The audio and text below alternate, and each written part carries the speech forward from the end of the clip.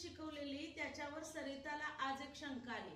कोणती बरं शंका आली सरिता? पण मॅडम काल आपण बिना शून्याची संख्या पण बघितली, पण आज शून्य आला तर काय करायचं? शून्य आल्यावर कशा संख्या तयार करायच्या बघूया का, हे कसं करायचं. चला, तर विदाउट शून्याचे बघितलेली, शून्य आला तर सरिताला शंका पडली काय करायचं आपण.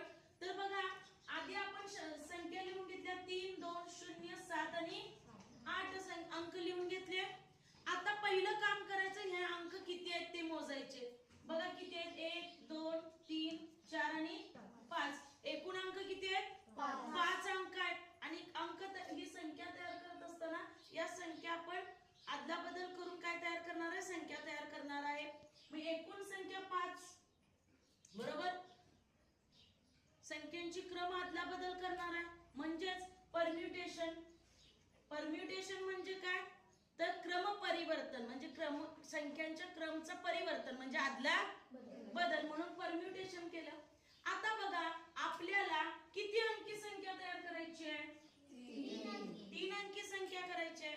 5 अंकांची परम्युटेशन 3 अंकी संख्या तयार करायची, म्हणून इथं काय लिहिलं आपण? 3 लिहिलं. इथं 3 काय घेतलं, तर 3 अंकी संख्या आपल्याला तयार करायची. बघा, तर आता काय करायचं, इथं शून्य आलाय. सरिताची शंका आहे, शून्य आल्यावर काय करायचं. तर शून्य, एकूण संख्या किती? 5. 5 वजा 1 केलं पहिले. 5 वजा 1 का? शून्य आलाय म्हणून. आणि किती अंकी संख्या करायची? 3. तर 3 संख्या 5 च्या पुढे जायचं. 4 गुणिले 3 म्हणजे ही एक संख्या झाली, ही एक आणि ही एक. 3 काय घेतले, किती अंकी संख्या करायची? 3 अंकी संख्या तयार करायची आहे. आता 5 वजा 1 किती झाले? 4 गुणिले 4 गुणिले 3. सोपं करायचं, भाग करून किंवा गट करून आपण काय करायचं, गुणाकार करायचं. 4 चौक 16 गुणिले 3 किती आले? 16 त्रिका 48 आले.